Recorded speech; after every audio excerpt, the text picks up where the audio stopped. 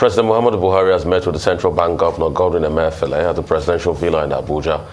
President Buhari told Emefiele, who just returned from his annual leave, that he was pleased to see him. The CBN governor was part of a delegation of Arab Bank for Economic Development led by its Director General, Dr. Sidi Ould-Taha. During the meeting, Buhari urged the Arab Bank for Economic Development to ensure an upward review of the amount of capital it plans to inject into various economies, including Nigeria, while also appealing to the bank to promote peace in the Arab world, adding that there can be no development without peace, as the two were complementary to each other. It's the first time the CBN governor was publicly meeting the president since the return from leave, and also their first public meeting since the attempt by DSS to obtain a court order to arrest Emefiele. You are welcome back. The governor of CBN, you are welcome back. Thank you, sir. I'm very pleased you are well received. Are you allowed to talk about this? Well, let me say bonjour and welcome, Rufai. I know you were able to test out some of your French, whilst you were away. Great to have you back. Okay, so we've had an interesting week. I'll fill you in. I'm sure you were filled in online. But let's go to the news this morning. First thing this morning, we've been talking about the governor of the CBN, Mr. Godwin Emefiele, and this dance with the DSS. So he'd been on holiday. He'd been on holiday for, since December. And having returned, there were rumors or talks about the DSS attempting to arrest him. I'm sure you'd recall the Justice Soho first judgment, and then another Federal High Court in Abuja also given a judgment to strike out the suit applied by the DSS, seeking to get a warrant to detain him or to invite him for questioning. And even that has come under question as to why the need to go appear before a court to get a warrant. They are well within their rights, as the DSS is part of, it's under the purview to invite if there's suspicion as to what they accused the CBN governor of, which is terrorism or financing terrorism, to question him, do their investigations, and if culpable, charge him to court. They hadn't been able to prove to the courts that indeed their warrant should be honored, and the court, as we talked about earlier, in earlier episodes, had thrown out that suit. Nevertheless, it didn't end there, as on his return from his holiday, they were said first at the airport, then at the CBN headquarters, and then at his residence.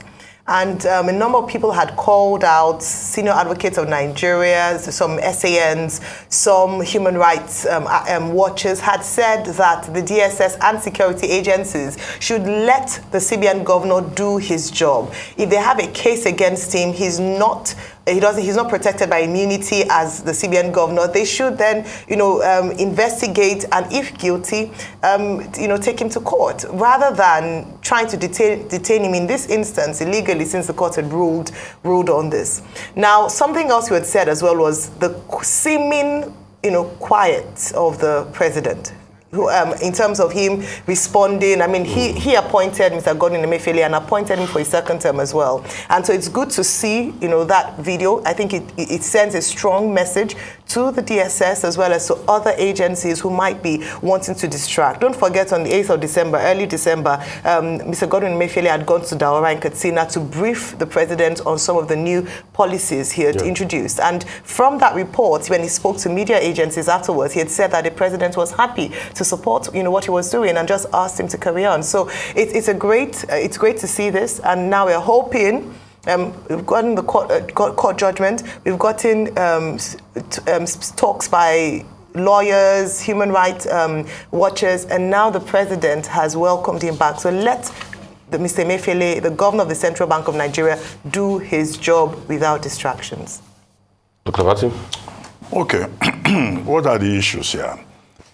The CBN governor, Emefiele, was part of the president's delegation to the United Nations General Assembly.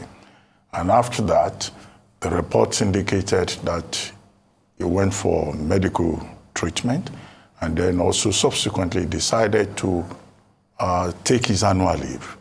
And then, of course, he showed up at work. He resumed on January 12th. Within that interval, we had this DSS drama that has been talked about. In any case, I mean, if the president is seeing the CBN governor after they had traveled together and he had gone subsequently on leave, what is he expected to say to him? He's expected to welcome him. Okay? He's not supposed to frown and say, oh, I don't want to see you. Because he was there, or again, in an official capacity. There was a delegation from the Arab Development Bank and, of course, the CBN governor, that's part of his portfolio, to accompany that person to the president. But I see so much capital has been made out of the fact that the president welcomed him back. Why is that so? That is the linkage with the DSS matter. But the point is that, look, what has been established is that the Department of State Services does not need the leave of court to go after anybody that is not covered by immunity under Section 308 of the Constitution of Nigeria. Only 74 persons are covered by that immunity, and that was the position of the court. The Court of Justice Mariam Hassan also made the point that you don't come to court and say you want to go and arrest a person even when you don't have the relevant evidence. You must first of all have evidence, and which was a part of that ruling that Fusika, SAN, Olumide Fusika SAN, read out when he appeared on this program. That, look, the state security agencies, they have a penchant to just go and arrest people first before they begin to look for evidence. The third point that the court made, which were related to the president, was that even if you are going to arrest the CBN governor, then of course you have to inform the president, considering the strategic position that he occupies as head of the, of the central bank of the country, and the implications for investment, for financial stability within the economy. Having not done that, Justice Mary Hassan threw out the DSS case. Now, subsequently, the Court of Justice Soho also arrived at more or less the same conclusion. And then, of course, there were persons who went to court and said, no, you cannot arrest the CBN governor. For the ironic point about money laundering, financing terrorism, when the same CBN, under the watch of Godwin Emefiele, had put in place, a number of measures to counter financing of terrorism and, illicit financial transactions. So that was the irony. But the president has not said anything publicly about it, although there are persons who have said the president should intervene because the buck stops at his desk. To stretch welcome back into, a full presidential statement will be like laying it on a bit too funnily. However, at that occasion, the president's statement, as reported in a press release by Femi Adesina, is they talk about peace, how peace is important for stability, and the efforts that his administration had made to ensure peace, to check terrorism, not just in Nigeria, but also within the sub-region and Africa at large. And recently the president was given the Abu Dhabi Peace Prize. So it was in order, for him to talk about peace, as a precondition for stability and also for development. But in terms of the optics, yes, it's good optics, for people to see that the president warmly welcomed the CBN governor. But it couldn't have been otherwise anyway. So it is sad that Nigeria has come to this precipice once again. And I'd like to ask this morning, if the CBN governor had not redesigned the Naira to be able to check the effect of political machinations, will all of this be happening? Will they call for his sack? Will people be trying to make things in the corner to arrest him? And like a lot of people, I think some people were reporting this when I said there was some respite. No, there's not much respite for Emefiele because those that are still going after him are still going after him. There was a story in one of the papers this morning that talked about new charges that they said based on some people that were, quizzed, some executives in the banking sector and all of that. And they said they saw some accounts. So I'm sure that's going to be taken to court in the coming days. And that's going to continue. They are not going to let him off the hook. We all know what happens in this country. We all know that once you try to stand for something in this country, people go after you. All of this I ask again. If there had been no new Naira policy, if there had not been no redesign, would Emefiele be haunted this way? That's a big poser. But secondly, going back to the subject matter, this is the first time he's seen the president. The president has the right to say thank you. It's because of the antecedents of what has happened. That's why we're reading meanings to it. The president saying thank you might not be a vote of confidence.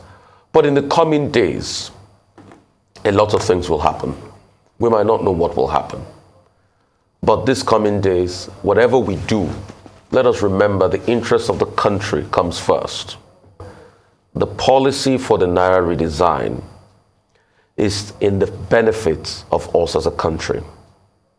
We're already seeing probably some quick wins with inflation coming some measurable amount down. Although some people will argue that it's not because of the Naira policy, it's because people came home during the Yuletide period and they spent some money and there was some injection and all of that. Whatever you say, it is a policy that has come to stay. The CBN had not broken any law in the CBN Act as regards the Naira policy. They've done everything within the Act. Let us keep to it. People must learn that this country shouldn't be about the interests of some people alone. As a collective, we can build this beautiful country, which I believe and I always say is the best kept secret in the world. God bless Nigeria.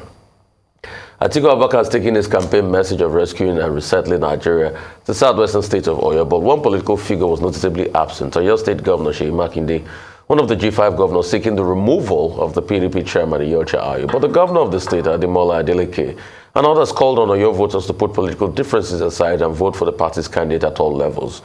Some party supporters say they're not worried about the G5 governors as they believe Atiku will ultimately unify the party and win the polls. Arise News correspondent Mary Chinda has the report.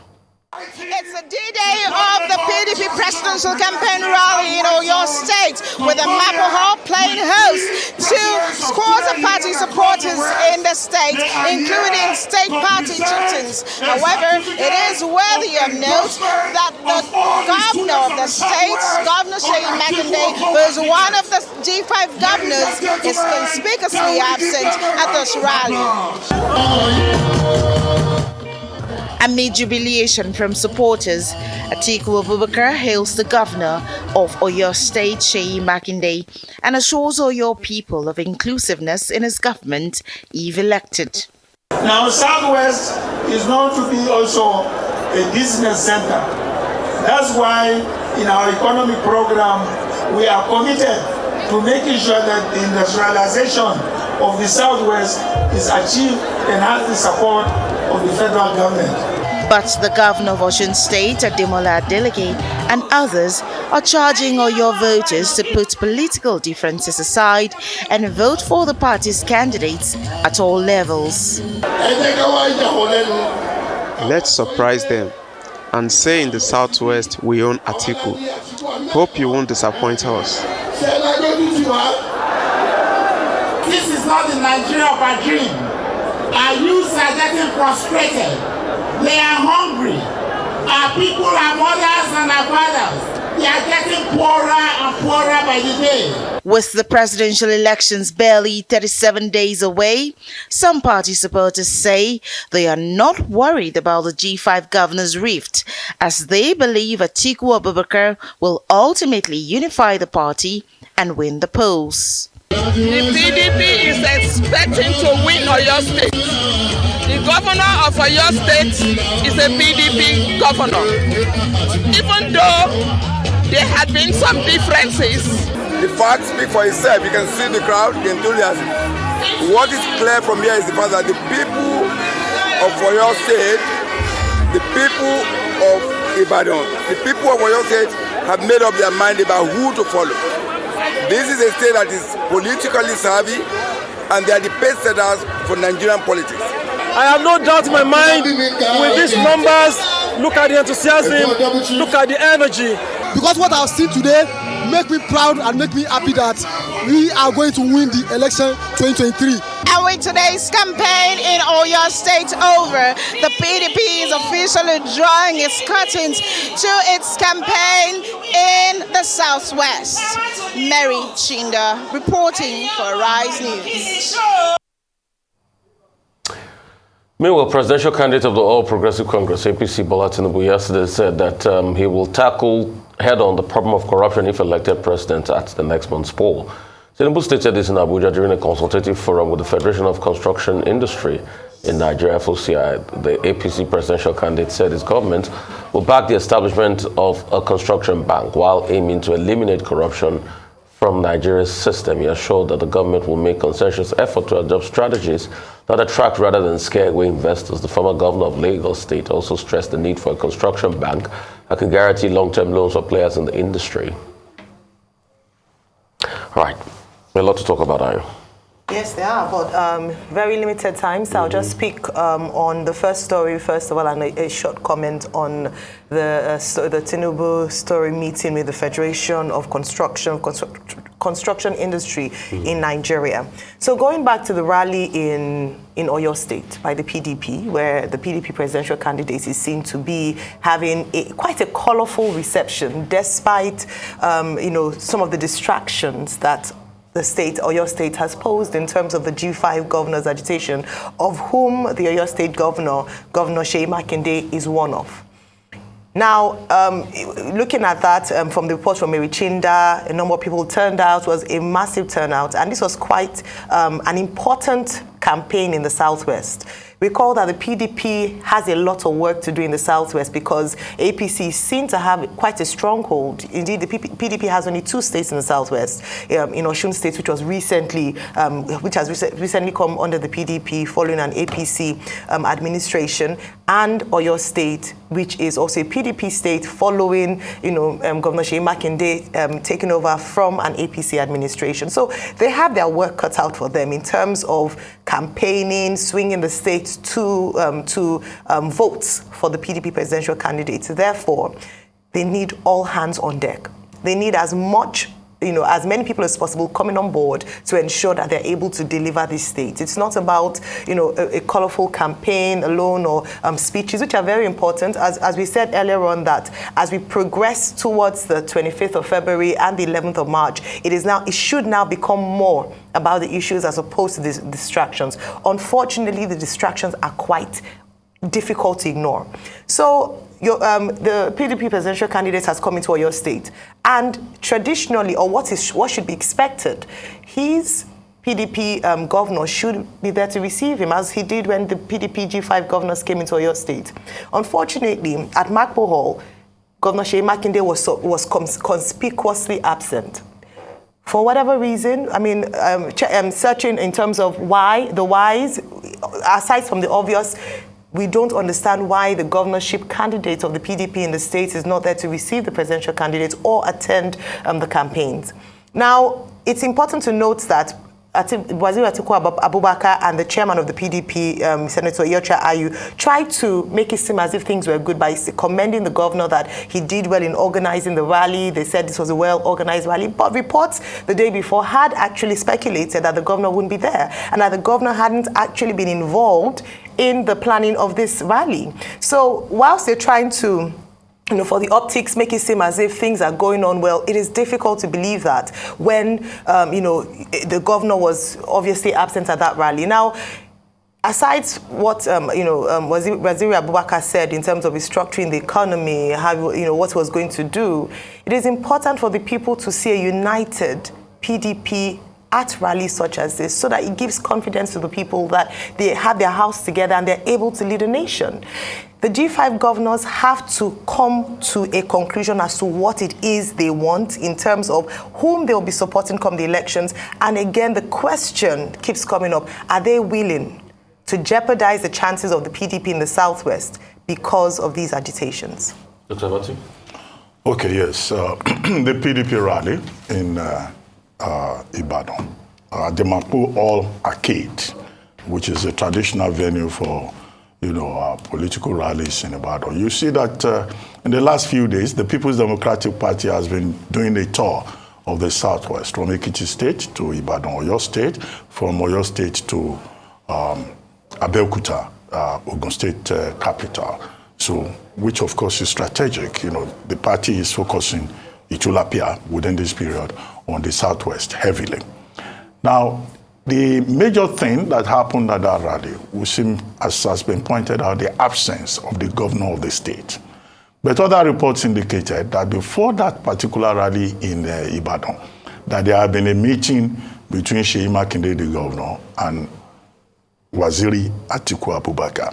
And that was why at that rally, you found that Atiku commended him, thanked him for a well-organized rally. And other speakers, one way or the other, also acknowledged his contribution. If he had been hostile to them, the kind of hostility they received in some other states, perhaps, that rally will not be as big as it was. So, but that is the spirit. Whether you identify with a particular cause or not, everybody should be given the opportunity to campaign, to talk to the to the electorate. Other issues within the party can be resolved within the party. But in terms of giving equal access, to the venue of campaigns, it is important. And if that is the only thing that Seyi Makinde had done in this particular case, then the commendation from Atiku Abubakar and others will seem to be in order. The second leg of it, of course, is to worry whether indeed Seyi Makinde is playing a double game. Identify with the G5 publicly, but at the same time, don't burn the bridge with the party. Because as we have argued, he is in a very delicate situation.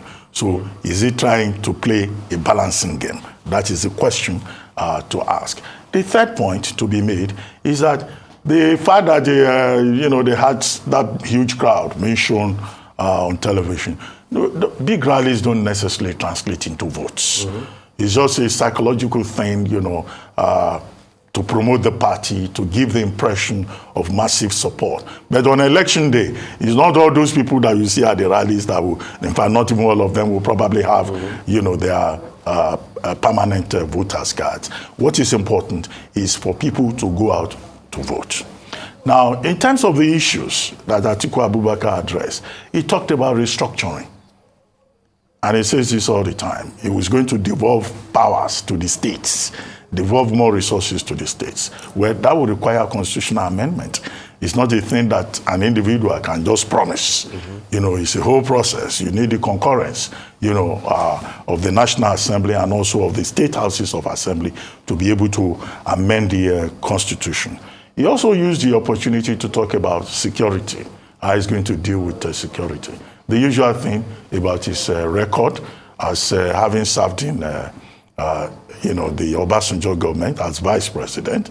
The usual thing about unity, how he's going to promote unity and ensure inclusion within the country.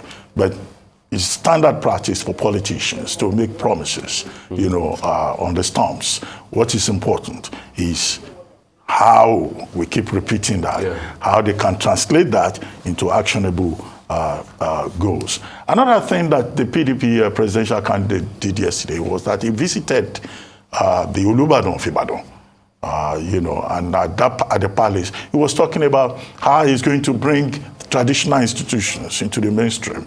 But again, how is he going to do that? Is he going to go back to the old tradition of House of Chiefs?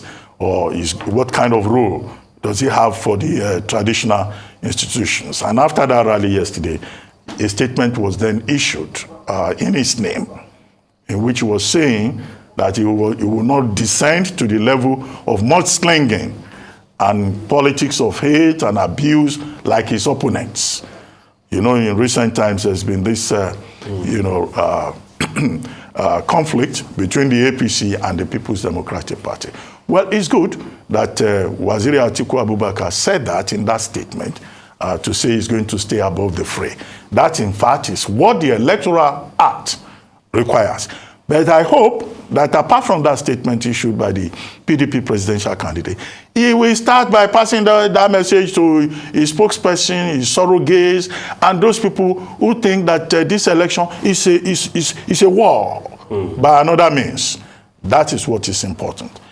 As for the presidential candidate of the APC, yes, he was speaking in Abuja. Again, the usual thing, promises.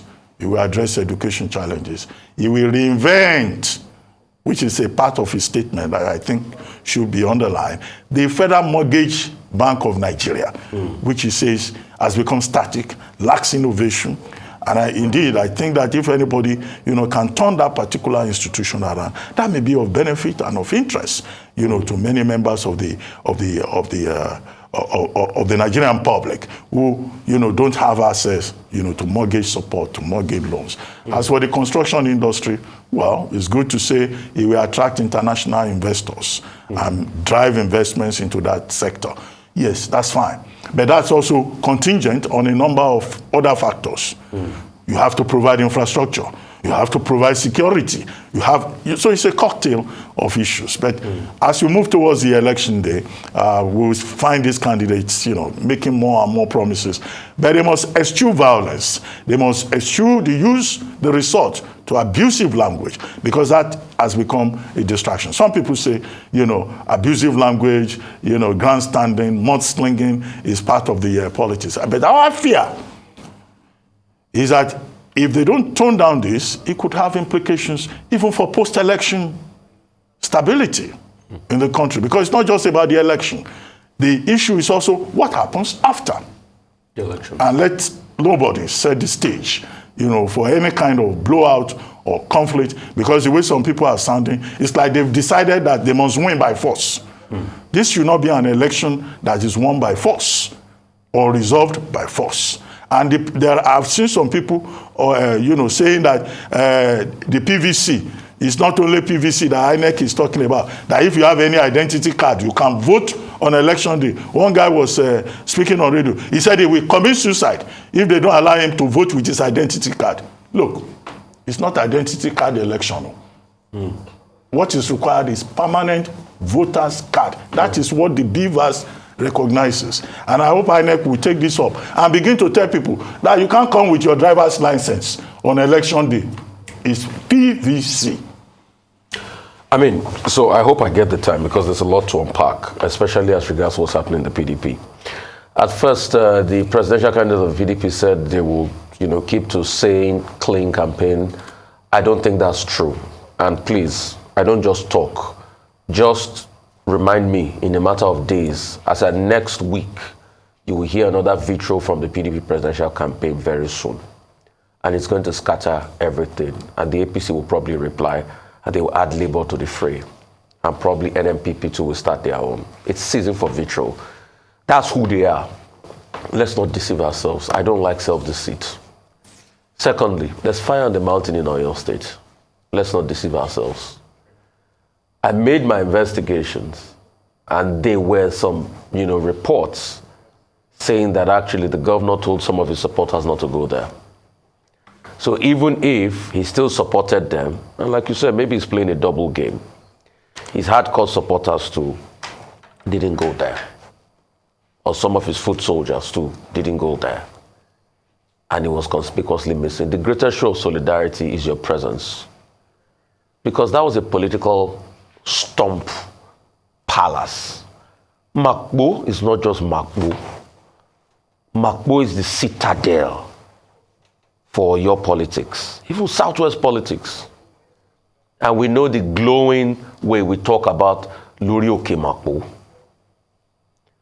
So the governor not being there is a big slap on the face of the presidential candidate of the PDP.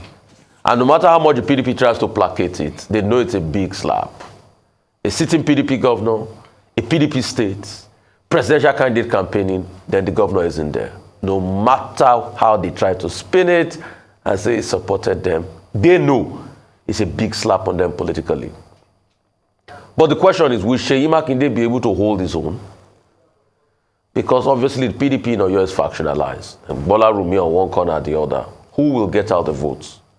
Will it be split across the line in a state where you now have good opposition, like the likes of them, Teslim Folari? You also have somebody in the Accord Party, Benkelemes in the Accord Party. Will the vote be slid down the line? Will the PDP be able to get that vote out of Oyo? I think that should be the biggest conversation. But no matter how the PDP tries to spin it, it's a big slap on their face that Governor Seyi Makinde was not there yesterday. Moving also, that's why I say I hope I get the time to speak. Okay, I would like to comment on Tinubu's speaking, but since I've been told in my ears that there's no time to speak, maybe I'll just take the breaking story now. Dr. Abati? We have breaking news. The traditional ruler of the Izere Nation, Reverend Dr. Isaac Wakali, has been kidnapped by unknown gunmen in his palace in Angwara Jos East local government area last night around 12 a.m. The incident which took place when the attackers invaded the palace, shooting sporadically overpowered the security details attached to the traditional ruler, and they whisked him away in the night. Confirming the incident, the chairman of Jos East local government, Ezekiel Izang, who is an indigene of the council, says the kidnappers, who came in large numbers after overpowering the palace guards, took the traditional ruler away. He says less than 40 days to the general elections, Plateau State is witnessing such an act which calls for security concerns. Well, it's a sad reminder of what the country has become. And that's why when some people say they've done a lot as regards insecurity, despite their promises in 2015, I asked them what have they done as regards insecurity. Insecurity has become worse off in this country. Traditional rulers, nobody is spared, being kidnapped. Everybody's been assaulted. We just pray that they reach out to these kidnappers and they return the traditional ruler. Yeah. And we just hope that our security authorities will do better in our own country. Well, the president just won a peace prize. He speaks volumes about the peace prize. And the president has also said, without peace, there can be no stability and development. Yes. Therefore, this election, we hope that the security agencies will wake up to their responsibility. Mahmoud Yakubu, the chairman of INEC, says that there is a special app for monitoring and checking in security, where we hope that app will work and that, nobody would violate the integrity of the electoral process.